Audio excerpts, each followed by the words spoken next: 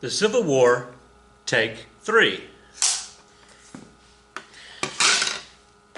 Yeah, you don't want to see the first 2 takes. I was terrible.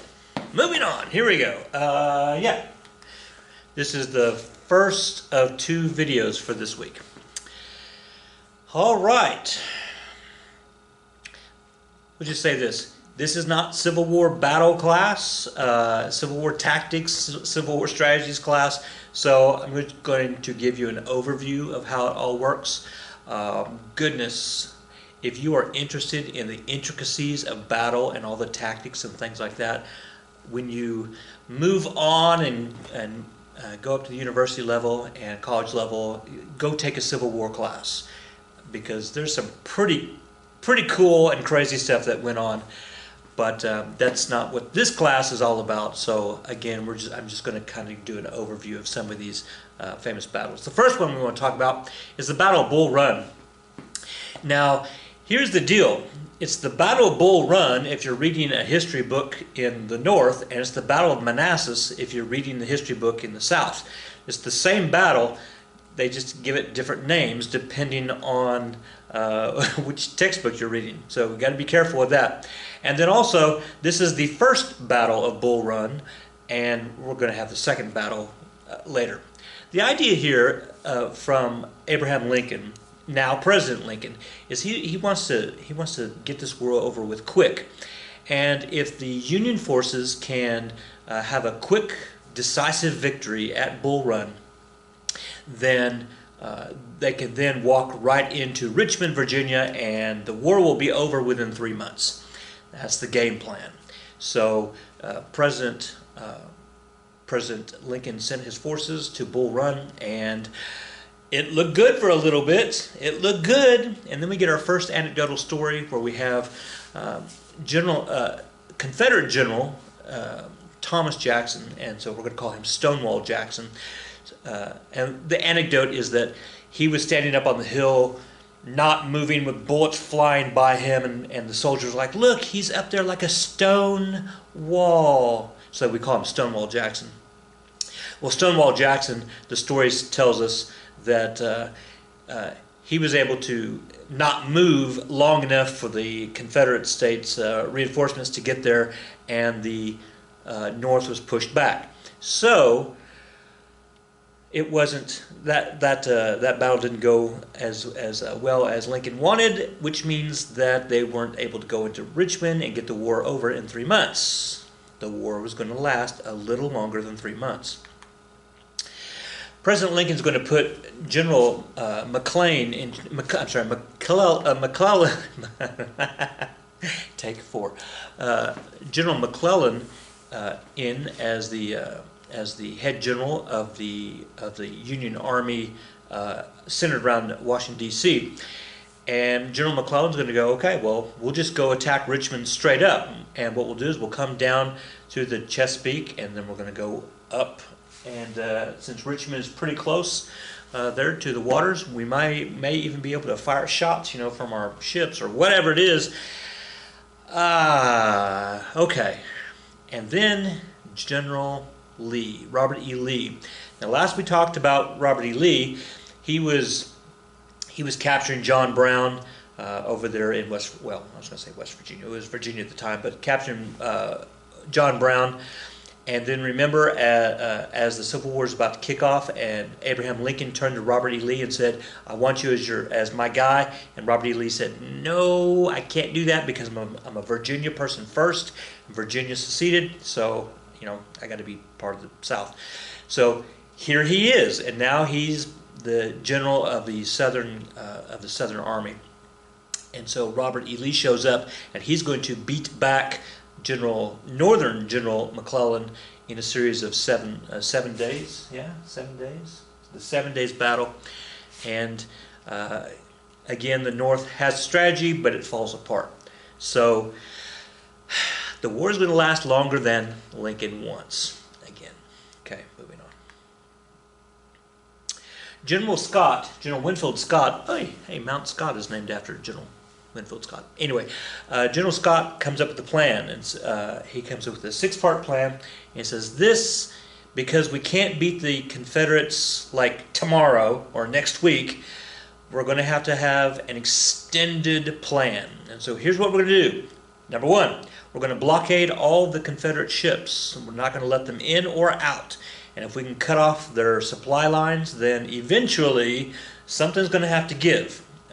So plan A, to blockade. Plan B, how about if we liberate the slaves? Because if we liberate the slaves down in the South, then the entire economy in the South falls apart. If there are no slaves down in the South, that means there's no cotton production. If there's no cotton production, there's no monies generated. If there's no monies generated, the South falls apart. Okay, that's number two. Number three, if we cut the Confederacy in half by taking the Mississippi River. So here's the Ohio River and the Mississippi River. So the idea is if the North captures the Mississippi River, then that separates Arkansas, Louisiana, Texas, and Indian Territory from everybody else, and then they won't be able to communicate. So capture the river. Number four, dismember the CSA by CSA, Confederate States of America. Dismember the CSA by going through the Georgia and the Carolinas and take them out from below Virginia and then come back up. And then obviously number five, capture the capital, Richmond, Virginia. And then number six, basically grind them down. Keep grinding, because the North knows that they have more manpower, they have more weapons, they have more machinery, they have more economics, they have more railroads, they have more money, they have more. Just keep grinding them down. That's the plan. So, famous political cartoon here, you have, when it says Scott's Great Snake, and so the snake kind of wraps around the South. Doing this backwards in a mirror here. Wraps around the South to show the blockade. Okay.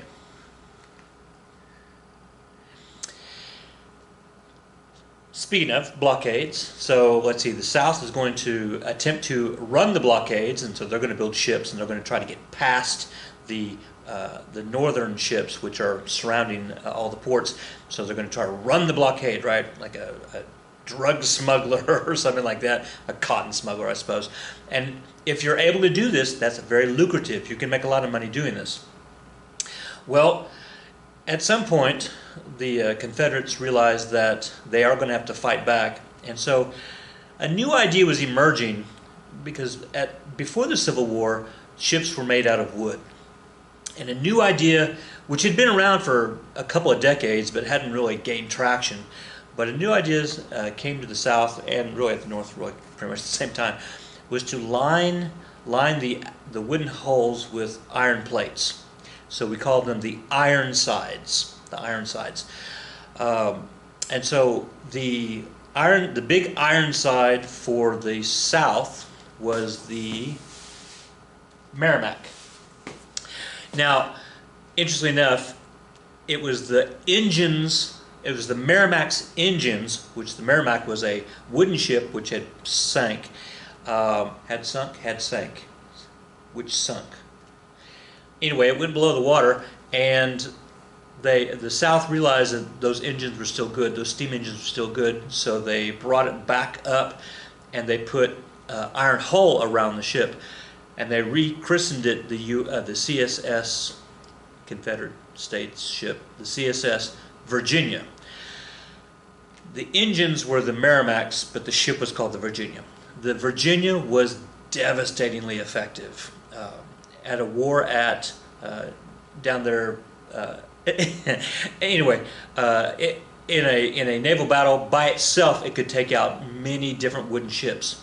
Why? Because the wooden ships, they had their standard cannonballs that they're firing, but cannonballs would bounce off the iron plates.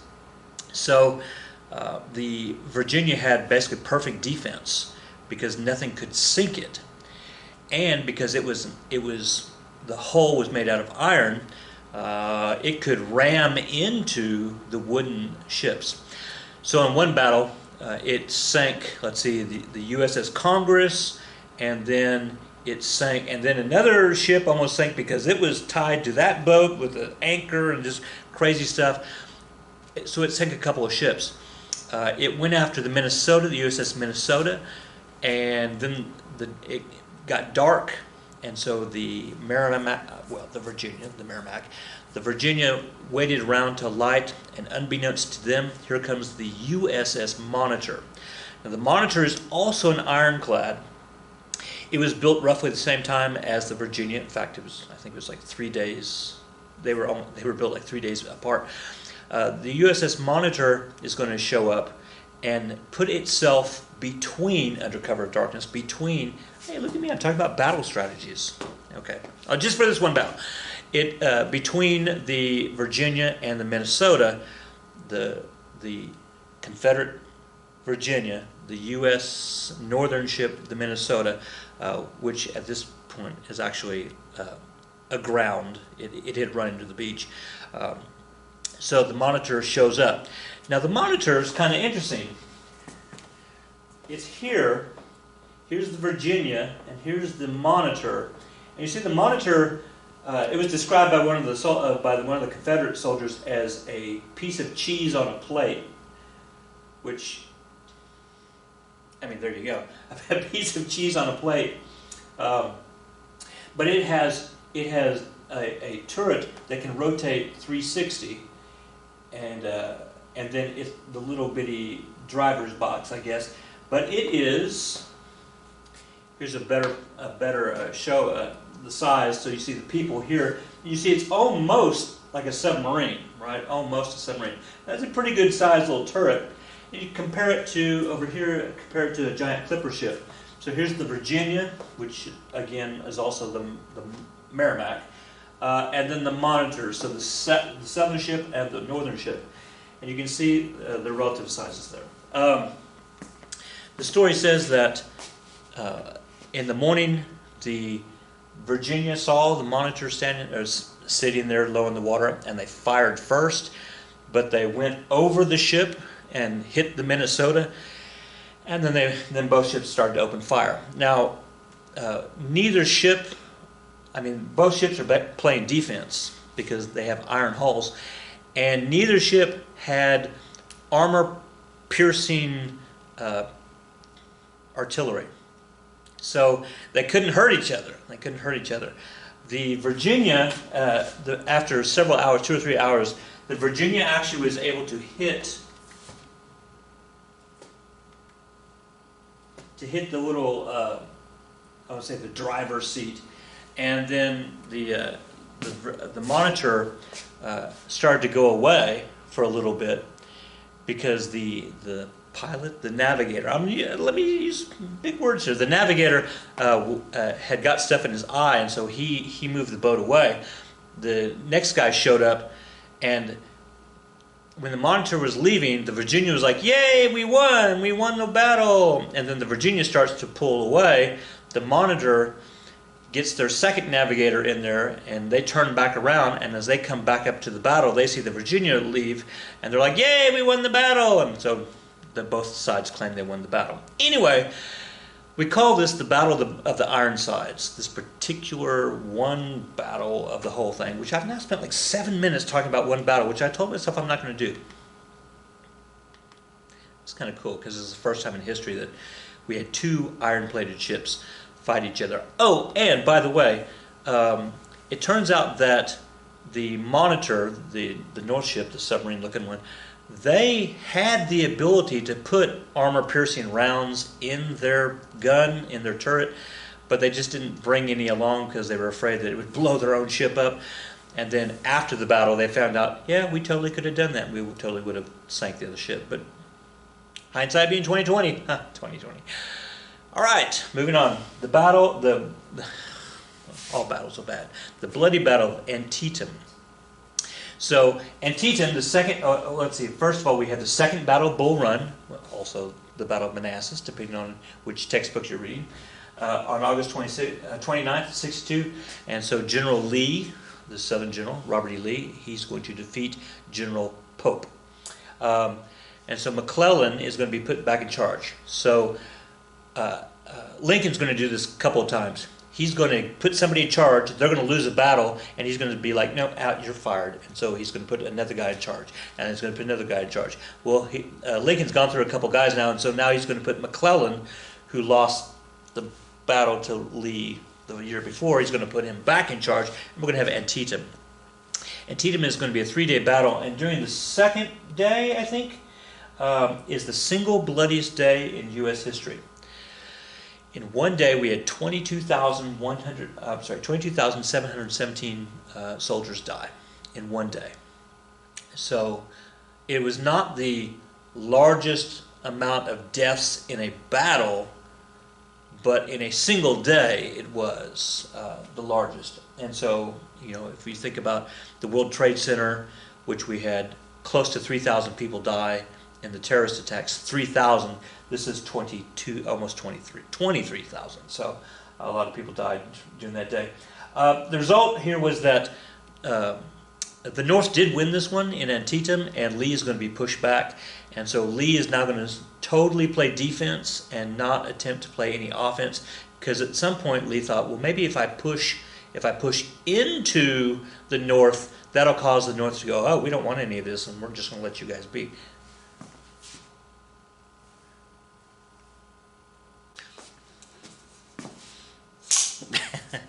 Turns out you got to charge your battery on your camera. So wherever I was, the point is Antietam was very bloody, and we had a lot of people die on the second day. Now, because this was a major battle that Lincoln's troops are going to win, he is going to decide that this is the time. I'm going to pull the trigger. Pull the trigger. So I'm going to pull the trigger, and I'm going to play my next card. He thinks, you know what? We need a new proclamation. So the Emancipation Proclamation, right? And so what do we learn in 3rd grade and 5th grade and 8th grade? The Emancipation Proclamation freed the slaves. Yay! No. So the Emancipation Proclamation, let's see. All slaves are free. Now please note there's a little star next to the all slaves are free, because it turns out it's not all slaves. It's all the slaves that are in the Confederate territory. So if you're a slave and you're in a northern territory, which you think to yourself, but northern territories don't have slaves. Oh, but we have the border states, and so they were still part of. Oh, so those slaves are not free. Oh, and then also, if you're in the Confederate territory and the Union troops had already taken over that, so for example, places like in West Virginia or someplace like that, then those slaves are also not free, according to the Emancipation Proclamation. So the short version here is the Emancipation Proclamation freed the slaves of all the slaves that were still in a territory that was fighting Lincoln. But if they were in a territory that was either captured by Lincoln or had not seceded, they were still slaves. So, that's about all I have to say about that, the Emancipation Proclamation. A couple famous cartoons come out of that, obviously. Here's arguably one of the most famous ones. We have the Confederate soldier, and he's playing, it looks like, you know, a card game. Whoops, sorry, Confederate soldier. Again, I'm looking in the mirror here. Confederate soldier over there, and he's playing a card game with Abraham Lincoln, who happens to look like he has horns and looks like the devil. And Abraham Lincoln looks like he's about to, you know, do that Uno, draw 4, bam, because that's how you play Uno. You're like, draw 4, and so that's what he's doing here. He's playing the card game against the Confederate guy, and you see it's the ace of. He's playing the ace of spades. Ooh, the ace of spades. Until you look really closely. Like if you get it up real close to the screen and or the picture, you've got the PowerPoint, you can see it. That's not a spade, it's actually the head of a African slave. And he's about to drop this onto the table, which you note is the table is being supported by a barrel of dynamite. Get it? I don't have to beat that into your head, do you? I mean, you get that right. Okay, good. Oh, it says gunpowder, right? You know what I'm saying. All right. Abraham Lincoln's last card, or rouge et noir, which means red or black. All right. So, now that we have the Emancipation Proclamation, African Americans, they're going to say, all right, we want to play too. We want to join the war as well. And the North allowed that. Now, they're not going to allow the African Americans to join, to have non-segregated, mixed race companies, but they can form their own companies. And so you have a company of black troops, you have a company of white troops, a company of black troops, and they don't mix in the North. So there you go. Now Frederick Douglass, remember him? He's our former slave who wrote his autobiography, and he's going to try to change things from political from the inside out. And he makes a very interesting statement because, well, I'll read it. It says, "Once you let the black man get upon his person the brass letter U.S., let him get an eagle on his button and a musket on his shoulder and bullets in his pocket. There is no power on earth that can deny that he has earned the right to citizenship." So what is he talking about here? He says, hey, once you put a black person in a uniform and it says U.S., USA, and it has an eagle there, and you give him a gun to go fight for your country, how can you tell him he can't be a citizen? How can you say that? And you're sitting here thinking, well, why aren't they citizens? Oh, right, Dred Scott, right? Dred Scott? Okay, right. That's the Supreme Court case? Okay. See how it works? Frederick Douglass says, what? We still have this argument today, in the year 2020. Should a illegal person, an illegal alien who's coming across the border, if they were to join the U.S. Army or the U.S. military and serve for 2 years, 3 years, 5 years, should they be given automatic citizenship? I mean, that's an interesting question, right? Yeah, I may ask you that on Friday's question. I don't know, we'll see. The CSA, the Confederate States of America, also opened their ranks to blacks down in the South towards the end of the war, but you can probably guess how that didn't go over very well. All right, Gettysburg. If you only know one battle, wait, let me think that through. Yeah, if you only know one battle, it's the Battle of Gettysburg. So this is the biggest one. If you get a chance in your tour of the East Coast, go to Gettysburg. It is a very large field. It's about the size of, maybe if you take the high school and the old middle school and Winds West and the football field and all of that, all the baseball and the softball fields, all put them all together, Gettysburg is probably about twice that size. So it's a big piece of land. And you see here in the picture, and this is just one small part of it, and it has every 50 to 100 feet there's a monument, and this says like the 15th Regiment of the Virginia Cavaliers, and the next one down is the 32nd Regiment of the Massachusetts Militia, and then the next one is, so it's a cemetery today, but it's very cool to go and see. McClellan is replaced by General Burnside. Burnside loses at Fredericksburg to General Hooker. Now I'm going to say it. So, during the war, you have large groups of men, going from point A to point B, fighting battles. They're getting paid. They have money. Well, during wartime, what are you going to do with all your money? I mean, there aren't any 7-Elevens out there. Nobody has cell phone bills. So what do you spend your money on? Well, you have a lot of single, eligible, and or married men in the troops, and so you have people who are going to take advantage of that, and they're going to follow the troops. Merchants are going to bring their wagons, and they can buy things, and people can bring the food trucks are coming. Not that they had trucks, but you know what I'm saying. And so, but there were also women who would follow the troops because they thought they could get money being, I'm just going to say it, prostitutes, and they made a lot of money doing that. So General Hooker's troops. General Hooker had a gaggle of females that followed his procession, and so they were known as Hooker's Girls, which then were shortened to Hookers. Yeah, I'm going to erase this the last 5 minutes. You know what? I'm not going to erase it. I'm just because that's stuff that maybe you always wondered why were they called hookers?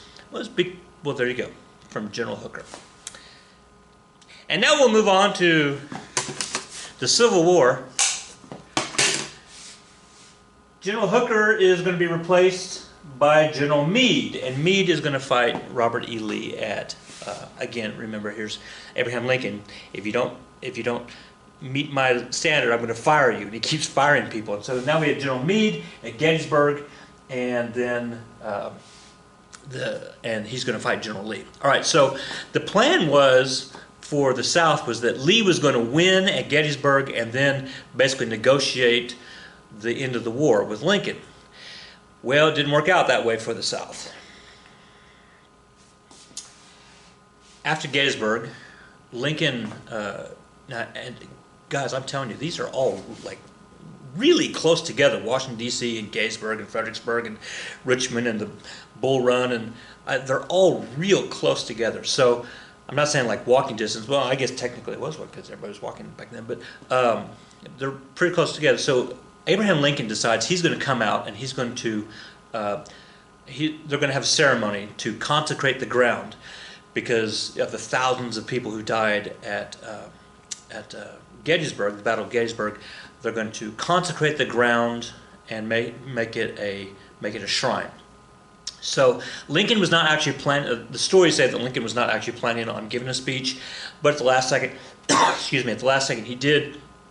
And he wrote some notes down, and here's his entire speech. I'm going to read it to you, and it goes like, I'm going to read it to you without stopping, and then we'll stop and talk about it for a second. It goes like this: 7 years ago, our fathers brought forth on this continent a new nation, conceived in liberty and dedicated to the proposition that all men are created equal.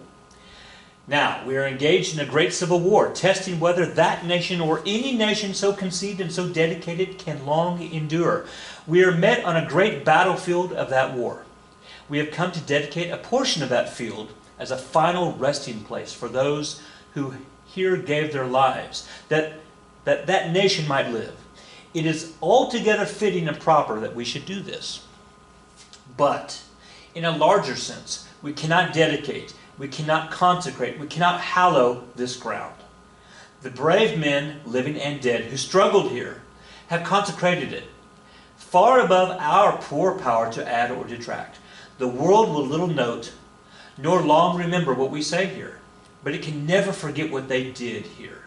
It is for us, the living, rather to be dedicated here to the unfinished work which they who fought here have thus far so nobly advanced. It is rather for us to be here dedicated to the great task remaining before us, that from these honored dead we take increased devotion to the cause for which they gave the last full measure of devotion, that we here highly resolve that these dead shall not have died in vain, that this nation under God shall have a new birth of freedom, and that government of the people, by the people, and for the people shall not perish from the earth. One of the most famous speeches ever in the history of the world.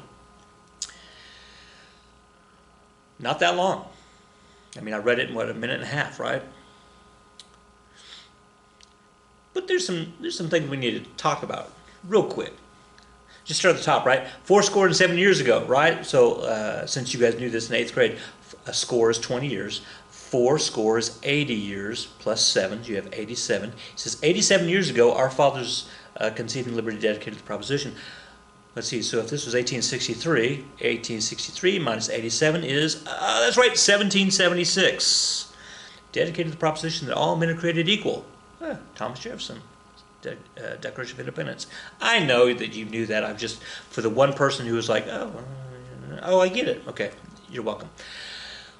I think my favorite line, now obviously the last part about by the people, for of the people, by the people, for the people, that's a big one. That's a really important. I think simply because it's me, one of my favorite lines in here is like that one right there that says, The world will little note, nor long remember what we say here.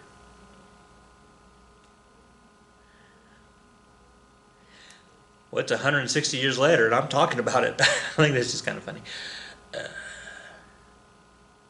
We're going to do more on this on Zoom. Okay, moving on. There's Abraham Lincoln. The little blue arrow that's pointing to him, that's Abraham Lincoln. Ulysses S. Grant. Oh, you know what?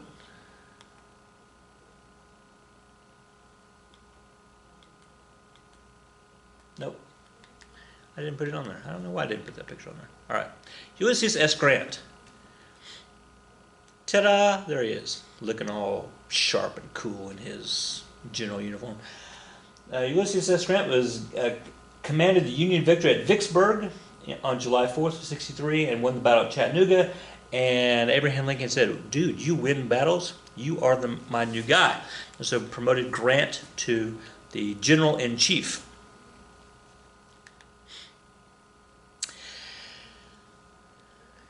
Now that the North was really on the offense and the South was really back on their heels, General Grant made the decision to turn one of his dogs loose. And so General William Tecumseh Sherman, the guy that everybody likes to hate. What was his job? Go down there and make the South hurt, and he did. And so General Sherman took his troops and he marched through Georgia and got to Atlanta and burned Atlanta and got to Savannah and burned Savannah and captured Columbia, South Carolina. And now, what's different with William Tecumseh Sherman and the other guys was that William Tecumseh Sherman, General Sherman, he's going to believe in the concept of total war.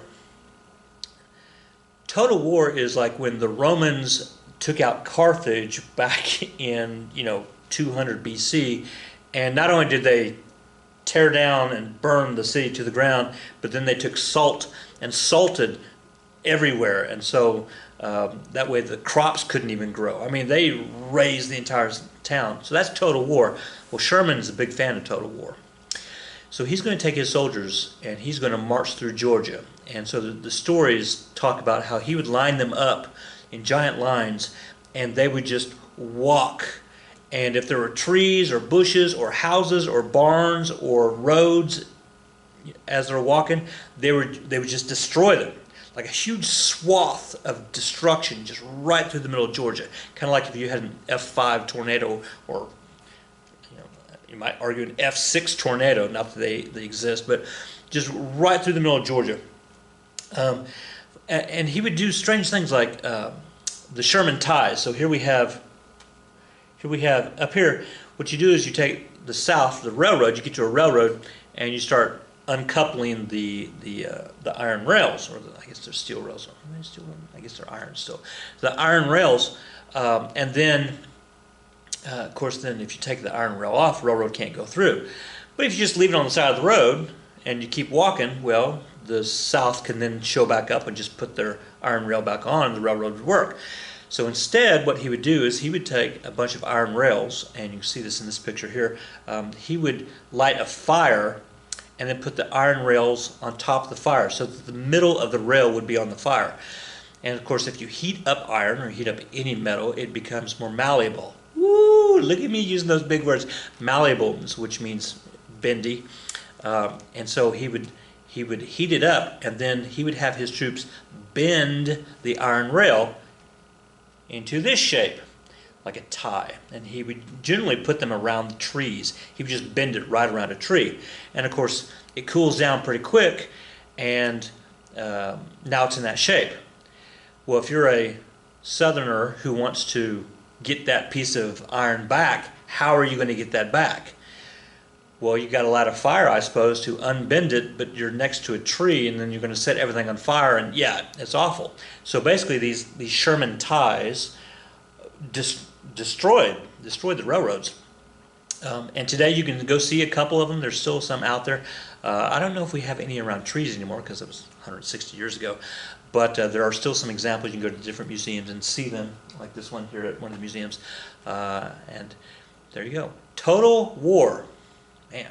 If you get a chance to see Gone with the Wind halfway through the movie, I'm not giving anything away. Halfway through the movie, Atlanta is on fire. Why? Because that guy.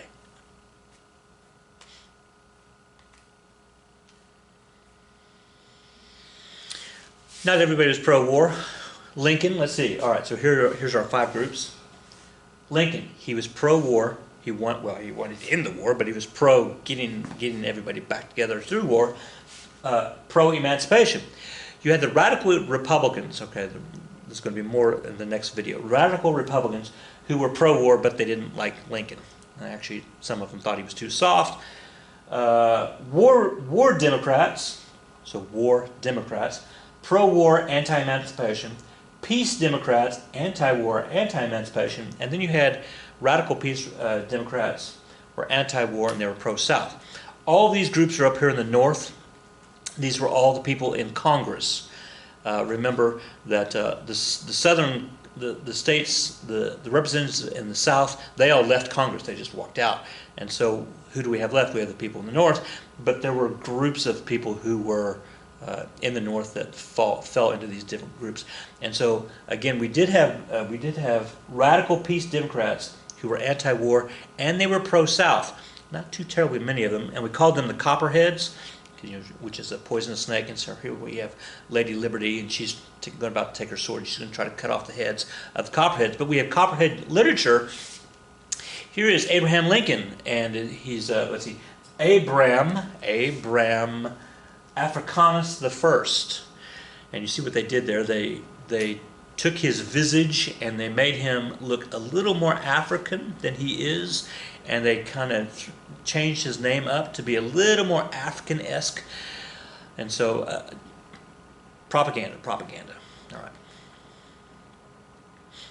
You know, there's a election in the middle of the war, 1864, and we're not done yet with the war, and we're about to be, but 1864 we had an election, which you think, oh, okay, so the North versus the South. No, the South didn't participate in the election because they thought they were their own country. So we're only talking about the people in the North who were voting. So you think to yourself, well, then that's probably a pretty easy victory for Lincoln, and it was. He did have some people who ran against him. General McClellan, who he had fired twice or 3 times, General McClellan ran against him.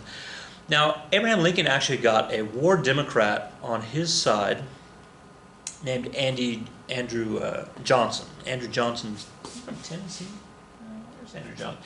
Anyway, Andrew Johnson is going to become his vice president, and they're going to run together so that way that some of the Northern Democrats will vote for Lincoln because he has a vice president who's a war Democrat. I don't know if it would have mattered, but Lincoln won big. Okay. Here we have Abe Lincoln holding up the world there with his lever, and his vice president. He says, let's see. This is Andrew Johnson. Take it quietly, Uncle Abe, and I will. No, take it quickly. Take it quietly, Uncle Abe, and I will draw it closer than ever. And so that's the vice president summing up the South. And Abraham Lincoln says, a few more stitches, Andy, and good old Union will be mended. Yay, it's all going to work out. Yay! And so, without further ado, let's end the war, because, again, we're not doing a lot of battles here. General Grant leads the assault on Richmond. The strategy is basically General Lee is in Richmond. Robert E. Lee, the Southern general, he's in Richmond, defending Richmond, last hope, last-ditch effort kind of thing. And General Grant attacks. It's a Pyrrhic victory for the North. The North does overwhelm eventually General Lee, but General Lee fought with less people and killed more. It was a 2-to-1 casualty rate on the North side. So again, we look back at it, hindsight being 2020, saying, man, if Lee had fought for the North. Man, maybe the war would have been over in 3 months, but he didn't. So we have the Cessation of Hostilities Treaty. It's going to be signed at Appomattox Courthouse. I have to say it slow because I can't say it fast. Appomattox Courthouse on April 9th of 1865. And so Appomattox Courthouse in Virginia, again, they're all like really close to each other. And so if you go up to Washington, D.C. and you have a day off, drive down to the Appomattox Courthouse. You just drive along, and you're like, hey, there it is. And so that's kind of cool. That's kind of cool stuff to go do that on the East Coast. And the story says that, and you can see now. Obviously, there are no pictures. No pictures of this event. We did start to have pictures, as you saw, but no pictures of this event. But we have some drawings, some paintings, and nobody's pointing any guns at anybody. And the story says that Ulysses S. Grant, U.S. Grant, Ulysses S. Grant. Oh, now you're like, U.S. Grant, isn't that like one of our? And then Robert E. Lee, they signed the Cessation of Hostilities Treaty, and Ulysses S. Grant says, okay, if you promise to put down your guns and not attack the United States ever again, have a good day. And they shook hands, and Robert E. Lee walked out the door with his troops, and they all dispersed. So I know you're sitting there thinking, so wait, you didn't throw the entire Southern Army in the jail? Nope. That's not what Lincoln wanted. And Grant backed him up. Grant said, no, General Lee, you can go. And so it's kind of cool to think that, wow, man, in the year 2020, we'd be like, throw you in the hang you later. But this is gentlemen at work, gentlemen. All right, so war is over. Let's see. Lincoln announces a national holiday on April 9th. We call it Civil War Day. We still celebrate that today. The nation partied for like weeks and weeks and weeks. Lincoln decided to tour the North and he's going to tour the North for like months, riding on a wave of popularity. They're going to have parades, and I mean, so much confetti. Lincoln High School becomes the most popular name of a high school in the United States. There are 607 schools named Lincoln High School in 2019. Lincoln shuts down the radical Republicans by way of executive order. He's the man. All the southern states are readmitted to the Union basically without penalty, because Lincoln looked at it and said, they were having a temper tantrum, and they didn't really mean it, so let's just bring it back, no worries. And then the North decides they're going to try to get Lincoln to become King Lincoln. And none of that is true. I'm just seeing if you're paying attention. Oh, okay, one of those is true. But the rest is not true. What is true? Oh, yeah, there are 607 schools named after Lincoln. 322 schools named after Washington, and 350 schools named after Jefferson. Doing the research, we are the only state in the United States, because, we don't have a Lincoln High School. Now, we used to have a Lincoln High School up in Enid. There's a picture of it, Lincoln High School. But it went in disrepair. I think actually it's a mental hospital now. But we do not have a Lincoln High School. Now, we do have some Lincoln elementary schools, but not a Lincoln High School in our state. But here you see we have Washington Public Schools. Do we play them? Do we play them in basketball? I don't know. And then there's Jefferson Middle School, just right down the street from us. So some of you may have gone to Jefferson. I know you're asking yourself, well,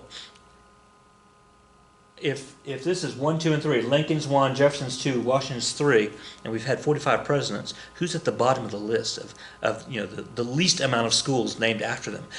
Okay, well, here we are in December of 2020, and the answer is Donald Trump. He has 0 schools named after him, but that's because he's still president, and that's kind of how that works. The most recent president, Barack Obama, has, again, as of December in 2020, he has 21 schools named after him. However, he's not at the bottom of the list. The bottom of the list right now, not counting Donald Trump, is Gerald Ford, president you've never heard of. Gerald, and apparently nobody's ever heard of him because he only has 2 high schools named after him. I wonder how many our current president's going to have named after him. You know, after a while. I guess we'll see. I'm going to crack myself up. I only have like 2 or 3 more slides. We're done for this video. 5 days after Lee's surrender. Remember all that other stuff? He didn't have ticker tape parades. He didn't go to the north. He didn't do any of that. Why? Because Lincoln was assassinated. 5 days later, Lincoln is after we signed the treaty, right, at Appomattox Courthouse. After Lincoln and his wife decided to take a night off, and they're going to go to the theater. Ford's Theater. Ford's Theater is like 3 blocks from the White House. It's easy walking distance. It's right off the mall there, so they walk to the theater. Now, the stories say that they invited the vice president, they invited General Grant, they invited several people, and they were the Lincolns were turned down. They had 4 tickets, kind of a thing, so they were turned down. And so eventually, they found somebody who would go with them. So his name was Colonel Rathbone, and then his wife Clara, his fiancée Clara. So President Lincoln and his wife Mary Todd Lincoln, and then Colonel Rathbone and then his fiancée Clara show up. Now, the play is Our American Cousin. That's the title of the play. The play is a farce. A farce, which means it's a play that it has lots and lots of sight gags and people falling down. And the story talks about how this American, I want to use the word bumpkin. I think that's why I say it there. An American bumpkin, a hillbilly, goes over to England, and then he, through a series of weird events, he actually outwits and outfoxes the English aristocracy, even though he doesn't mean to. And it's a funny little play. Well, at least it was funny in 1860. I don't know, it's not funny unless you know your history. It's probably not funny today, but that's the play that they went to see. Hey, by the way, in the year 2020, you can go see this play in this theater. I think they do it like once a week, or I'm sorry, once a year. They do it for a week. They do it, or maybe it's 2 weeks. I don't know, but you can still go see it if you get tickets. You can go see it. This is still a live theater, and they do other shows there. But anyway, Ford's Theater. Here's what's going on. The assassin, John Wilkes Booth, and by the way, he was not the only assassin that night. There were, a total of 4 assassins. The other 3, they had their other targets, like the vice president and other people. The other 3 were unsuccessful in their assassination attempts, either because they were drunk or fell asleep or got the wrong address or just had a flat tire or whatever it was. But John Wilkes Booth was assigned to kill the president. The president is going to be up in his little booth, and you can kind of see it right here. Here's the stage, and then up here, just in that little area right there, that's the president's booth, and you can kind of see the drawing here of where they're looking down onto the stage. But they show up. Now, John Wilkes Booth is an actor. He has performed on this theater. People know him. So he can wander around, and people are like, oh, look, it's John Wilkes Booth. He's the famous actor. Well, I don't know, famous, but he's an actor. And so he could walk by security because people are like, oh, it's just look, he's an actor. And so he knew everything about the theater. Plus, he knew about this particular play. In in Act 3, Scene 2, there's a line that gets the most laughs. So John Wilkes Booth knew this as an actor, and he knew that if he got into the little booth he got into the little area where Lincoln is sitting, and then fired his gun at the moment the line was said, then people would be laughing at the line, and then maybe they wouldn't hear the gun go off. And that's exactly what happened. He waited, and here's the line, ready? Well, I guess I know enough to turn you inside out, old gal. You sockdologizing old man trap. I'll pause while you laugh. You sockdologizing old man trap.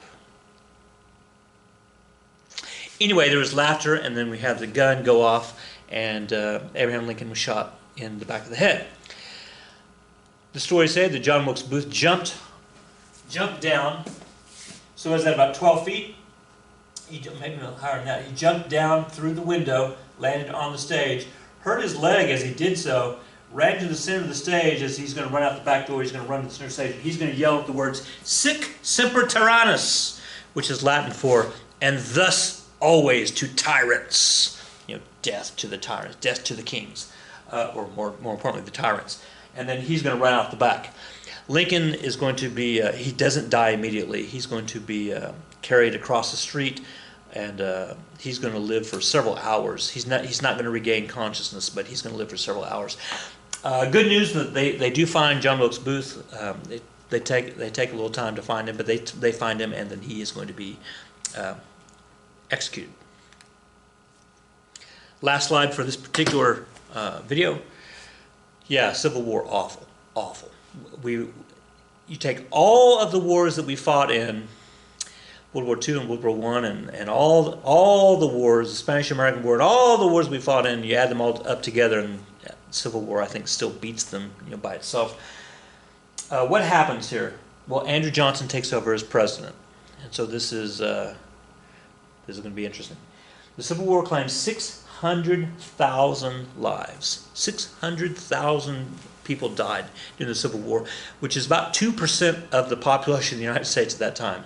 So 600, 6 times 2 is, 12, and 600,000, 30, that's a lot of people who died. It was estimated 1.5 million horses and mules died, which I think is just a terrible statistic. 1.5 million horses, which is more than men. And the total cost of the Civil War, if we were to use 2020 dollars, the total cost of the war was $18 billion, which back then would have been an enormous amount of money. And today, $18 billion